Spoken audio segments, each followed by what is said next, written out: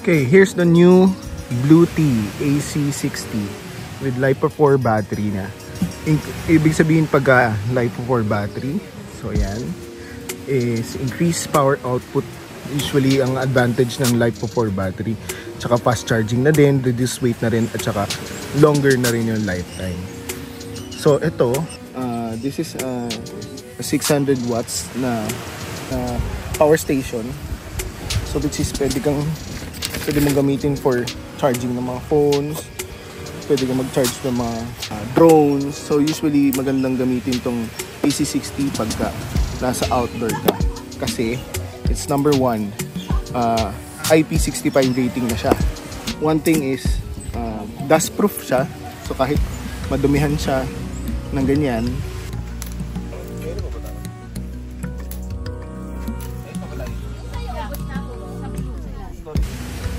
okay lang. At the same time, kahit umulan, mabasa man siya,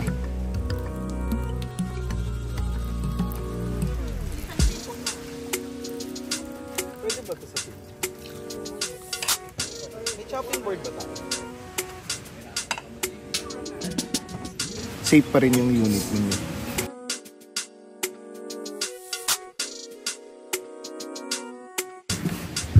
So this includes, so ito yung AC output ports niya. So yan, ito yung mga 220 nyo pwede nyo isaksak dito. This is 1 and this is 2. Yan. Next is sa DC output, meron tayong 12 volts. Meron tayong USB-C, 100 watts rating. USB. Yan, dalawa siya. So it's total of 1, 2, 3, 4, 5, 6. Yan. Ito naman sa side, ito yung input pag nag-charge ka. This is the AC input. Yan. This one is 12 volts kung sa car ka mag-charge.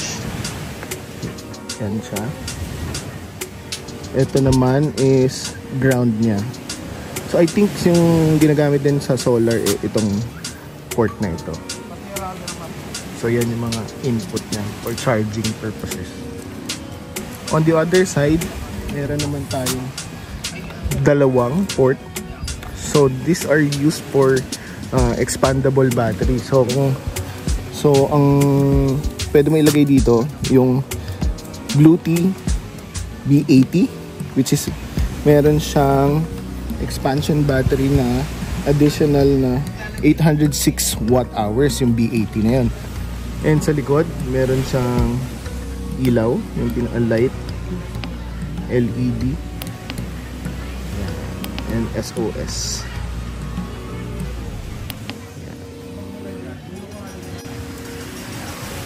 Weight niya, this is about 9.1 kilograms. So magaan na siya. Bro, ano ba na itong Bluetee AC60? You can charge it only for 1 hour. So meron siyang capability na turbo charging. So pwede mo siyang iset sa Bluetooth app niya. So pwede mo siyang i-charge from 0 to full for only 1 hour. So, which is na try nito. Galing. Ngayon, yung solar naman, ang charging time naman niya umaabot ng 2 to 3 hours from 0 to full day. Solar naman to. 2 to 3 hours. 2 to 3 hours. So, pero yung rating ng solar dapat is yung panel. Yung 200 watts na solar panel. Solar panel. Tapos, meron pa isa pa. Pag sa sasakyan naman, meron din siyang 12 volts na charging. Yun naman parang around 4.5 to 5 hours na charge. Sakto-sakto lang pag bumabiyahe tayo. Pero mabusin tayo. Which is, sa biyahe naman, syempre, sasaksak mo lang siya. Continuous lang siya nag-charge. Mga biyahe natin, minimum natin. Siyempre, meron din siyang wireless charging dito sa ibabaw. Which is, yung mga compatible na phone, pwede mo ilagay lang dito sa ibabaw. Mag-charge na. Example yan.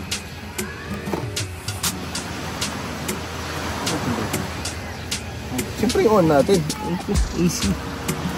Easy yan. Yeah. Yan. So, ito, yung wireless charging, output ng 15 watts.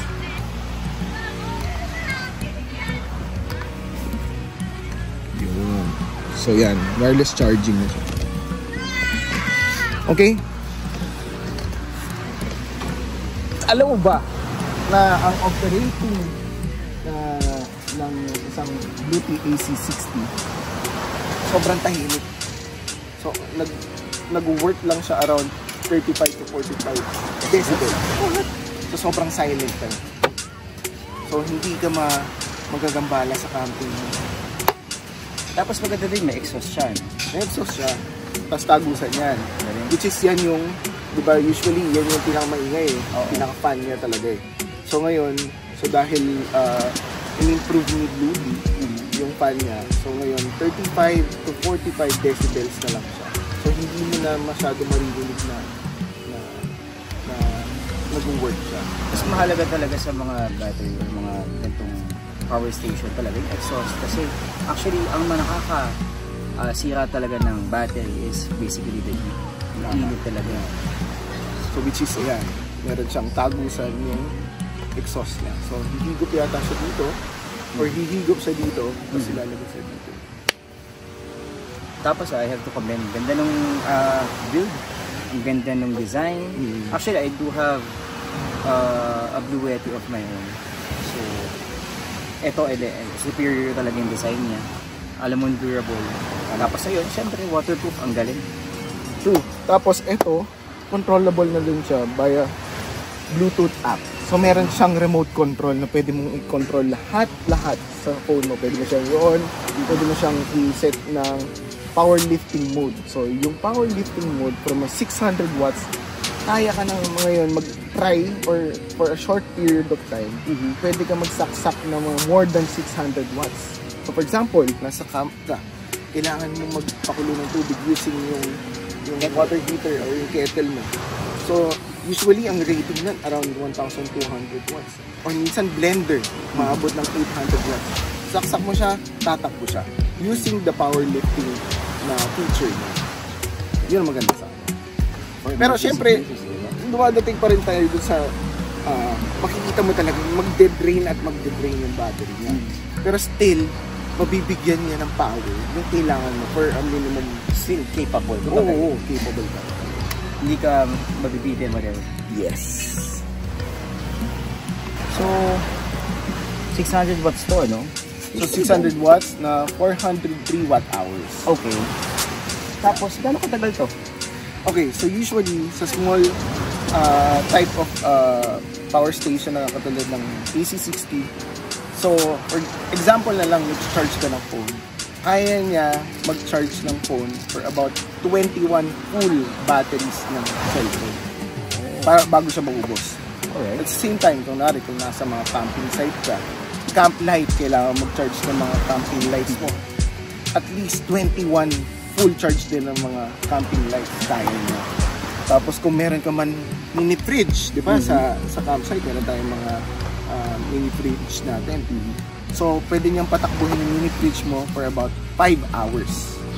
So, full charge to, saksak mo, 5 hours tatakbo yung mini fridge mo. So, ganun. So, it depends pa rin kung ilang watts yung sasaksak mo. Yun yung So, which is, kaya nga, maganda sa ganitong maliit, usually ginagamit for mga fast camp lang, yung mga charging ng phone, lights, drones, yan yung mga capabilities nitong ganitong maliit na power station. So if ever naman na nabibitin ka, may mga options nga. So which is ito yun, pwede may saksak dito yung B80. So additional 806 na watt hours yun. So magta-times 2 kagad. And hindi lang isa ang pwede may gabi dito, dalawang B80 pwede. So aabutin ka na ng 2,000 halos. 2,000, kasi from 400 plus 800 plus another 800 is about 2,000 watt hours. So yun. Tapos kung may solar ka pa, unlimited na ang power. So yun. Buhay ko na ng mga 3 to 5 days na full. Oo, kahit mag-camping ka, saksak mo yung ref mo, kahit gano'n kadaming isaksak mong phone, yan. Capable siya, kaya niyang patakbo. Ang nakakatuwa dun, actually, kahit ito lang, ito yung pinaka-machine mo, ito yung pinaka-driver mo, then magkakaroon ka ng dalawang extra battery. Parang, ang dami mo nang pwedeng magawa. And then may powerlifting mode siya. So hindi mo na kailangan ng mga generator malalaki. Kaya nyo na lahat. Siyempre note na lang natin, pwede ma-exhaust yung ano, pero still capable. At saka yun nga, yung pinakamaganda sa kanya, bagay talaga sa camping outdoors. Kasi nga IP65 na yung rating ng maiwan mo sa labas yan. Maiwan mo sa labas, naulanan siya. O kaya naputikan, o kaya nalagyan ng buhangin, hindi ka mag-worry na masisira. Kasi yun yung IP65 na siya na which is magagamit mo na talaga siya for outdoors. Another thing na pwede natin gamitin yung duty natin sa camp is say for example mga airbeds. So kailangan nasaksakan ng blower. So cottons, para may peg pillow. Try natin.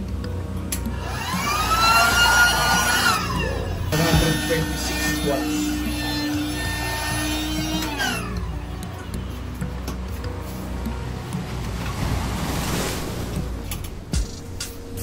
So, since tulog tayo, kailangan natin ng fan.